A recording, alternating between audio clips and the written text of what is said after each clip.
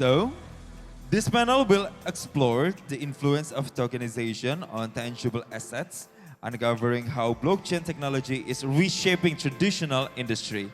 And for the second panel, this will be moderated by Ibu Asih Karnengsih as Executive Director of the Indonesia Blockchain Association. She is a doctoral candidate in anthropology and holds a master's degree in management. And she serves as the Executive Director of the Indonesia Blockchain Association, a council member of IDAXA, and an executive committee member of the ASEAN Blockchain Consortium. Without any further ado, please welcome Ibu Asih Karnengsih, our moderator.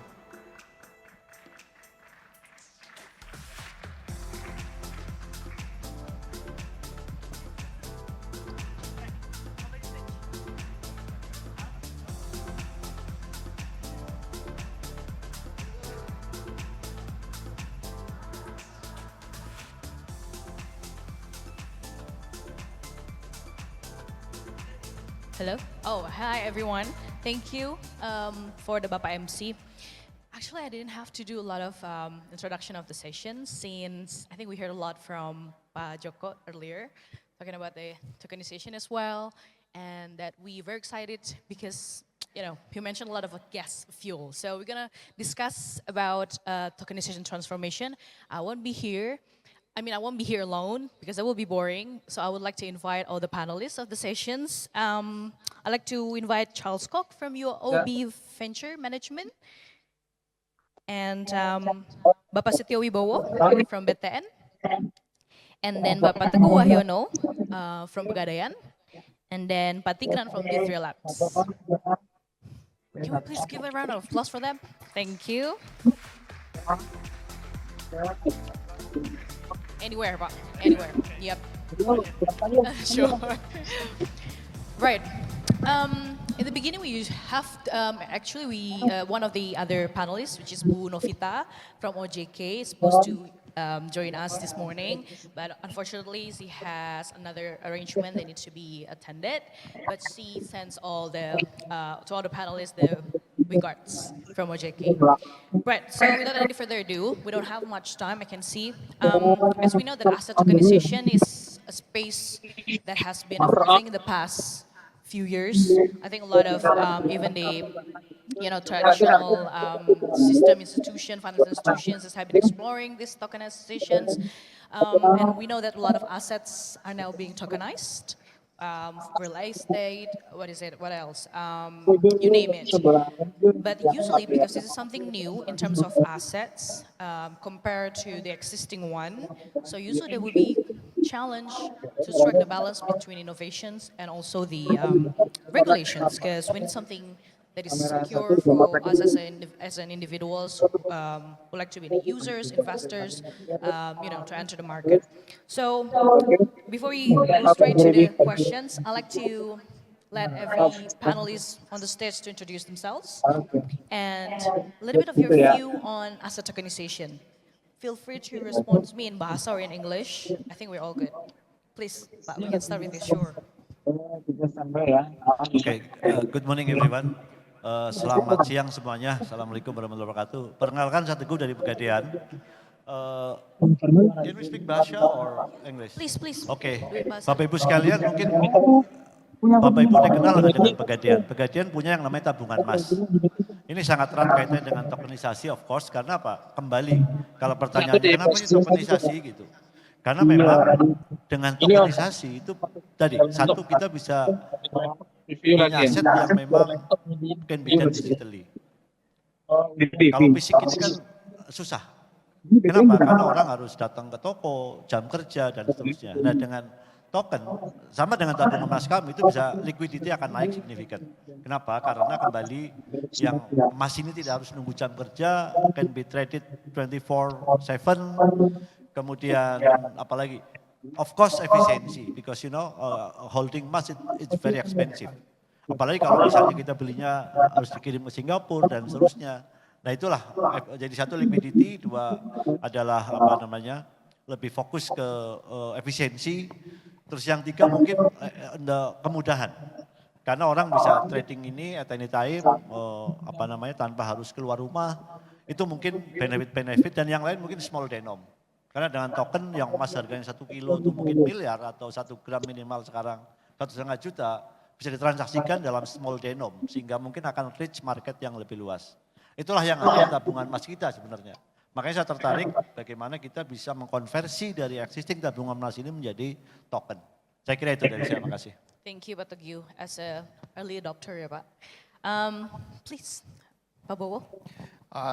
Thank you Asih.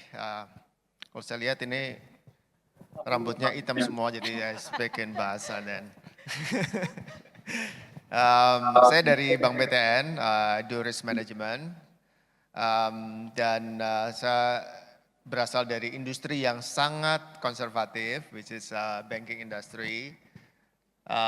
Dan di BTN kita salah satu bank terbesar di Indonesia, the fifth largest bank in Indonesia, dan most of business that we've done actually related to real property and real estate, which is kita most of the portfolio in mortgage. As you know, mungkin teman-teman banyak yang nggak tahu, BTN itu the largest mortgage bank in Southeast Asia. Jadi kita bank yang mortgage-nya besar gitu kan, karena tapi the fact is mortgage to GDP Indonesia itu one of the lowest in Southeast Asia. Jadi hanya 3% compared to Singapore which is 55%, compared to Malaysia more than 40%, even lower than Philippines which is about 7%. So deepening the market di sisi property di Indonesia which is one of the challenges nowadays. Jadi kita di BTN, saya sedang lead project untuk gimana mentokenisasi property as the underlying asset of token. Thank you Pak Bowo. Menurut saya ini hal yang sangat positif ya. Big bank utilizing blockchain, bringing a very positive vibe to the ecosystem. So thank you Pak Bowo. Charles? Thanks, Asih. Sure. Good morning, everyone. Selamat pagi. Actually, it's about the only bahasa I know, so I will continue in English. So my name is Charles. I'm an investment director at UOB Venture. UOB Venture is essentially the private equity and venture capital arm of UOB Bank. At UOB Venture, we manage several PVC funds. So one of the funds that I look after is early stage blockchain technology venture capital fund. And we launched the fund back in 2021, and we have been active in blockchain tech investments since then. Right now, I think we have around about close to 70 portfolio companies in various stages of growth and across the whole blockchain tech stack. In terms of RWA, the way I think about it is obviously for us as a venture capital investor affiliated with a traditional financial institution, when we look at the whole Web3 blockchain tech stack, the RWA vertical is probably the most interesting to us because it is a vertical that we can actually bring value to the portfolio companies, whether it be through introducing our portfolio companies to the wider UOB Group network to explore potential business collaboration opportunities. So I think for us, RWA is an interesting sector and we see tremendous opportunity here. Thank you. Thank you Charles. Pak Tigran? Thank you so much, Asih. So my name is Tigran Adiwirya from D3 Labs. We're the proud co-host as well today. Very privileged hosting these gentlemen right here. So we basically a company that operates in the intersection between blockchain and financial technology. So what we do is we help financial institutions to harness this blockchain technology, whether to optimize their operational processes or perhaps to run various use cases on top of this blockchain technology. So we work very closely with financial institutions. We also work very closely with regulators because most of our partners are highly regulated institutions. So that's where we add value to the ecosystem in the industry. So that's pretty much describe us. Thank you, Mas Tigran. So as we can see that we have a very various spectrums of panelists today. So I have a few questions, but I would start with Charles because I believe you have like a broader perspective, a global perspective in terms of let's start with RWA tokenizations. We know that a lot of traditional financial institutions probably kind of worried about what's going to happen in the future, having these new kind of products, technology products. What do you think they need to anticipate, and what could happen to this, traditional financial market? Yeah, so actually, maybe in terms of like the total RWA dollar value today, if we were to make a guess, right, guess how much it is. It's only about $3 billion. 3 billion is actually quite small compared to the total value of assets out there, which is in the trillions. So what this means is that actually there is 1,000x, or more than 1,000x opportunity for this space. Right now, I think while there is a lot of development in the RWA sector, I think there are still quite a number of challenges. I think the first one is probably we need more regulatory clarity across the various jurisdictions in the world. I think right now there's a fragmentation in regulation, and I think for institutions to really come in a big way to participate, the regulations need to be clearer. So that's one. I think second is, right now if you look at the RWA space, it's still very siloed and isolated. There isn't a lot of interoperability across countries, across blockchain networks. So I think that also need to change and improve. And I think the third is probably more in terms of liquidity. I think in terms of like market liquidity for RWA assets is still not so advanced, not so developed yet, especially in the emerging market. So I think we need to see probably more institutional players to come in that will drive liquidity, and then followed by the retail participating. I think that will really drive the whole market forward. How about the trends, Charles?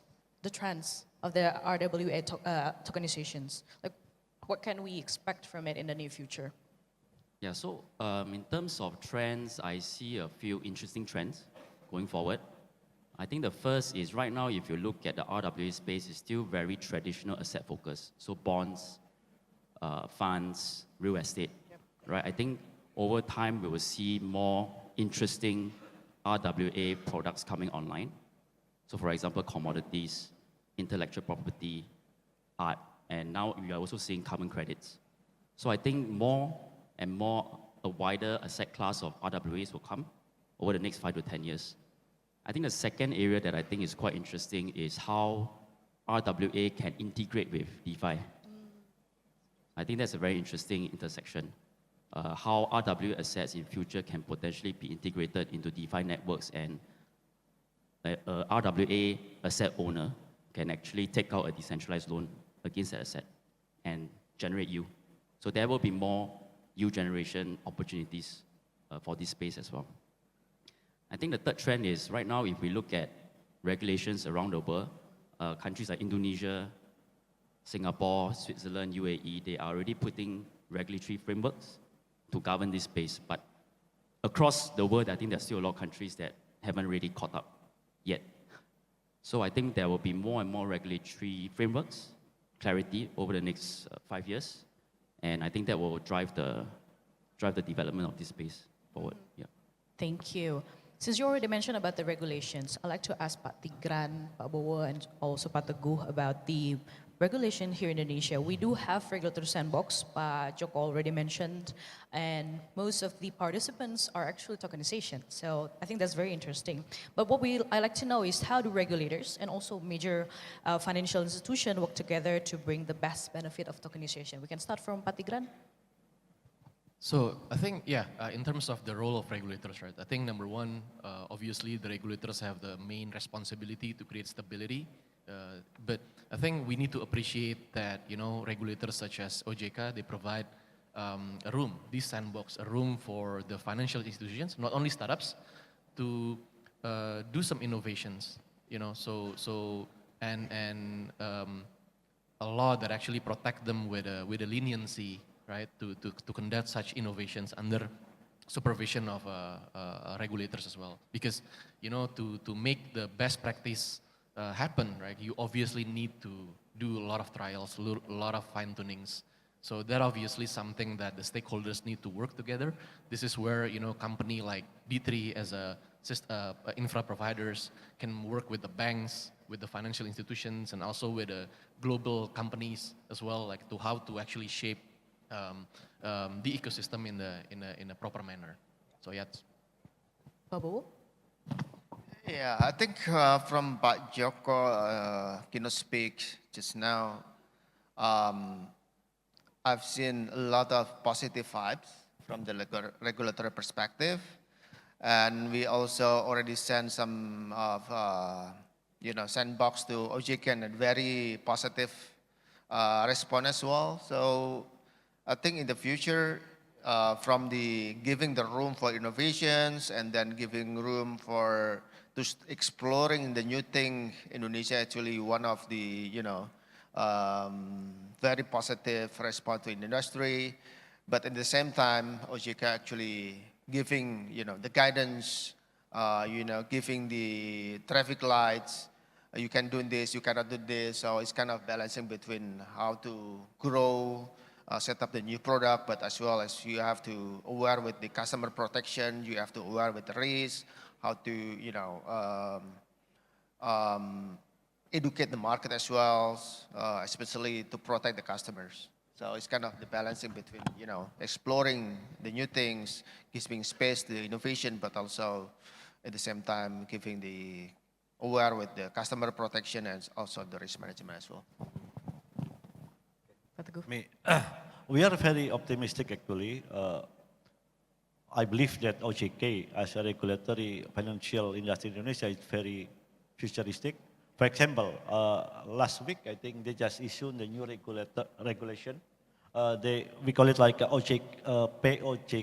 POJK number 17, I think, about the bullion service. Bullion service is very relevant with the gold ecosystem and also trading, custodian, and a lot of innovation. For example, like we can having like a gold bank, so we can like a gold deposit, etc., etc. And also they also open some services like gold to gold lending, etc. So I think it's very, very, very optimistic because going forward, OJK will support us. Of course, for specific case tokenization, we have to do like any other mention about the sandboxing, etc., etc. But we are very optimistic that they will support us. Agree. I think it's relatively new regulatory framework for the blockchain-based solutions in Indonesia, but I think it's safe to say that we're very progressive. OJK has been involving the industry to make sure they come up with a good policy, with the ideal policy for the industry to grow. But Bapak here, I think as a DASO part of the association, we've been accepting a lot of questions about what kind of asset that is actually good to be tokenized. Like what asset do you think is the most attractive now for users to invest in? So maybe I can start with Pak Teguh. Okay. Oh, the ones that you have in Pegadaian, sure. Please share. 95% of Pegadaian pawn shop collateral actually is gold. Mm-hmm. It can be like barcode or jewelry. And this year the gold price actually really very high, because year on year gold price is almost 40% increase. In the last weeks, I think it's a bit declining. So today, I think it's 35 something. Right. And a lot of people use gold as a safe haven and also investment as well. So currently, we have more than 9 ton gold deposit in Pegadaian. 9 ton. 9 ton is big number, And again, not only safe haven, but also very good investment, because the year on year, or also if the longer period, actually, the average gold increase around like 6 to 8%. I think it's very good investment. It is why one of our exploration now is how can we tokenize the gold. Right, yeah. Why it is important? Because again, the demand is quite high, so we can do, we can increase the liquidity, we can increase the efficiency, etc. using the tokenization of gold. That's it. Is it already available for the public, Pak? Not yet, because we are still proposing to Pak Joko, of course, Right, okay. to sandboxing. Good player. And even under the new regulation, like POJK number 17, like a bullion. So we can trade that, we can gold to gold lending, etc. But we on the process of approval. Cool. We hope next month it could be okay. will be on the market. Cool, thank you. Independent of JK, of course. Right. Pak Bowo, you like to add? Yeah. I will start with one of the noble purpose that we have in these tokenizations. I will start with the government mandates in this new government, which is the new presidents. One of the priority of the new government is to to build 3 million houses per year, right? So it's very noble purpose to drive the economic growth. But the question is how to get the liquidity, get the funding for 3 million houses. You can imagine if we can take just 100 millions per unit houses, which is impossible, 100 millions. Let's assume 100 million, and then we need 300 trillion per year to build 3 million houses per year. 300 trillion rupiah. So then how to get the liquidity then? As a bank, as a bankers, we think, we get the funding from third-party fund, time deposit, saving, current account, which is the growth, average growth of 30 fund only 10%, 12% per year. But we cannot just think about organic activities to get the fund. So we think also some inorganic things and also some other instruments. We think about using mortgage-backed securities, rates, which is in Indonesia we call it dire, and also some of other instruments as bilateral loan, etc., etc. So let's start with the MBS or mortgage-backed securities or rates. Indonesian market, Indonesian financial markets now is very, I would say, shallow, dangkal. The deepening of the financial market is quite shallow. So we want to, deepening the market, broaden the market access. So using this kind of instrument, which is MBS or rates, we want to tokenize them. So we can broaden the market access of MBS and dire.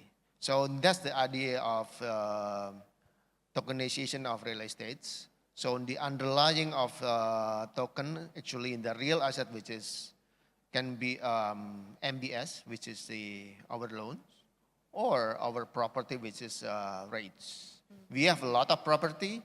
If you want to have contribution to have malls, we have it. Hotel, we have it. Office tower, we have it.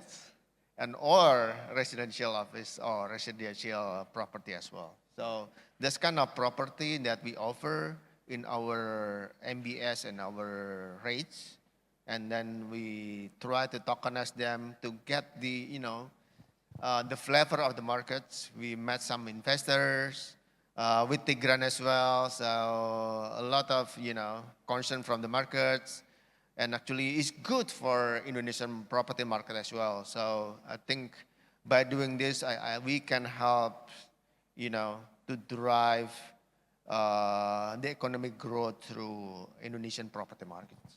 Agree about. So we have gold, we have properties and securities.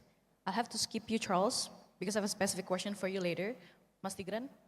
So yeah, I think so we're in the interesting era, right? Where the traditional finance and the Web3 world is pretty much merging now. We're in this transformation. We're very grateful in this transformation, right? So in terms of the demand side, right? So number one is there are a lot of institutions such as Charles Institution, right? That actually have a blockchain fund or a crypto fund, and they're actually looking for asset, or they're looking, but the thing is, it's very important from us Indonesians that actually send a signal that, hey, a regulated RWA product is on the way. The government has been very progressive. The sandbox is provided to make sure that we have a compliant and regulated products. Otherwise, I don't think Charles is able to actually make a purchase of that.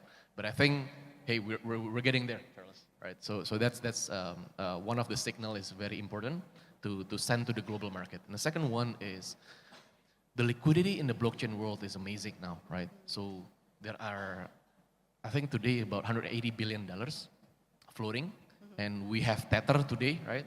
$120 billion that we can see real time. Obviously, these dollars, they need a home, right?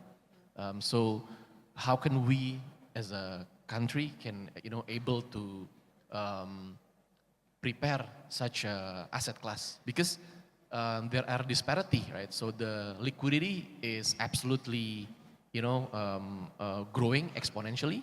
However, the treasury product is very limited. There's only 3 billion, right?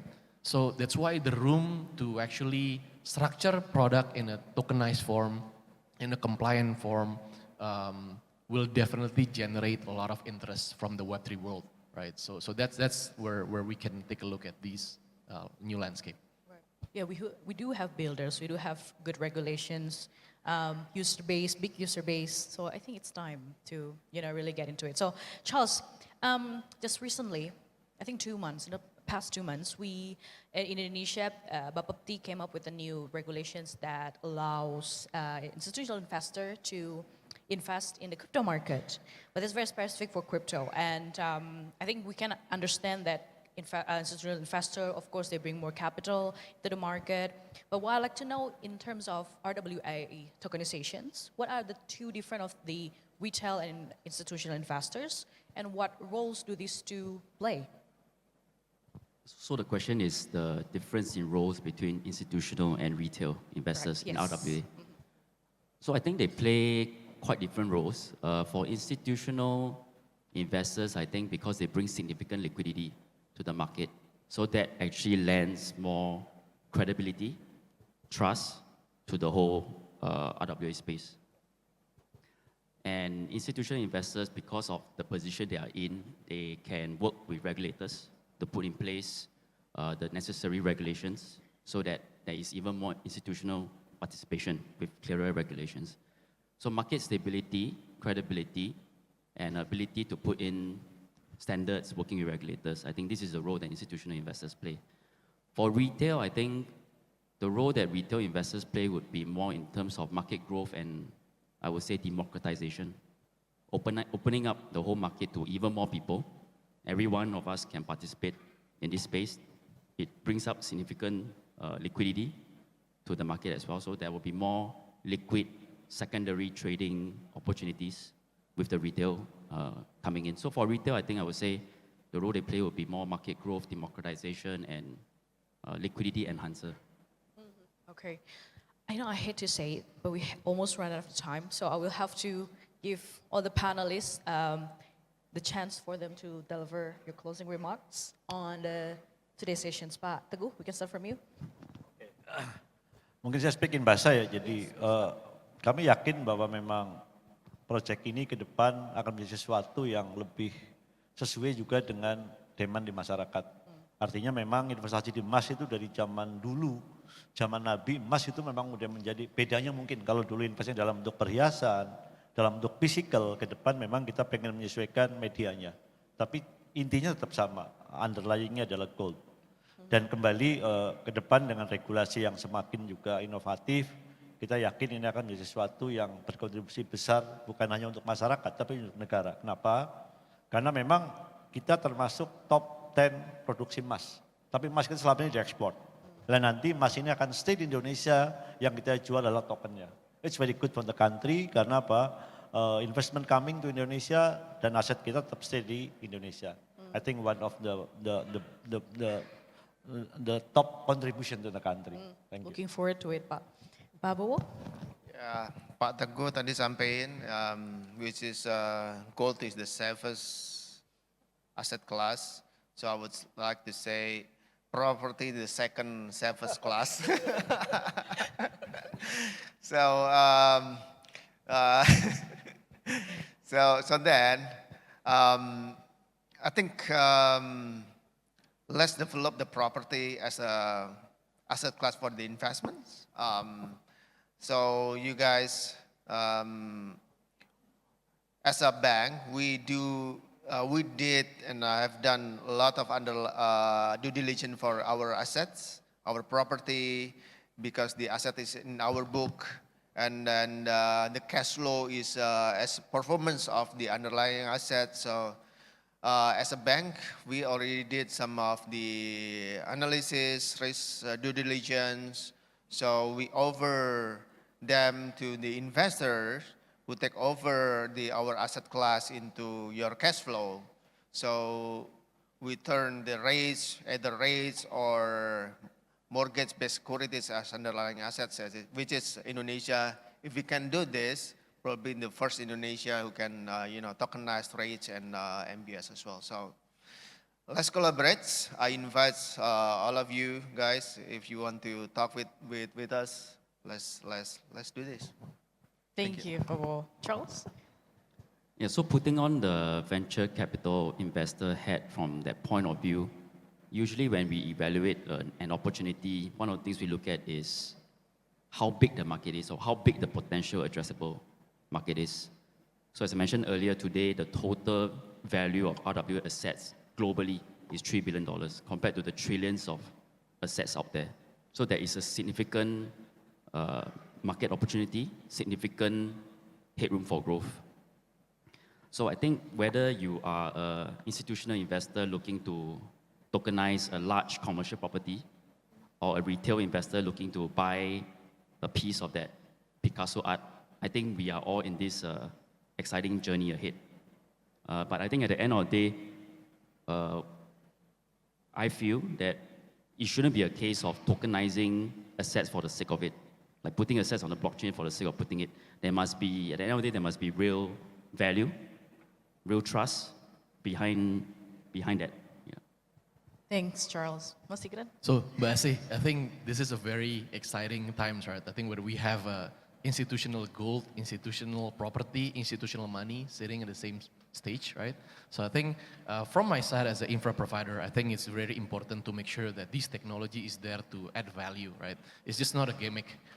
So I think what the existing centralized system works, right? However, there are certain constraints that blockchain is one of the alternative to actually there to help, right? So it brings this intermediation, it brings some kind of it brings an easier way, for institution to be able to transact each other, right? So how can we help Charles to perhaps transact gold, in a more efficient, in a faster way, in a more transparent way, right? So that's where we see the blockchain can serve a bigger spectrum than a crypto asset, right? So this is where we look at the next trend forward. Thank you, Mas Tigran. Right on time. I know 30 minutes won't be enough, but I believe these panelists will be staying with us in the event. So let's connect after this and back at you, Bapak MC. Terima kasih, Pak Teguh, Pak Wibowo, Charles, so Pak Tigran.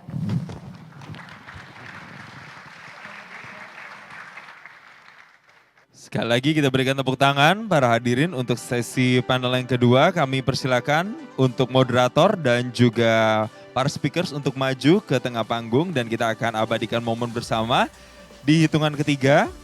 3, 2, 1.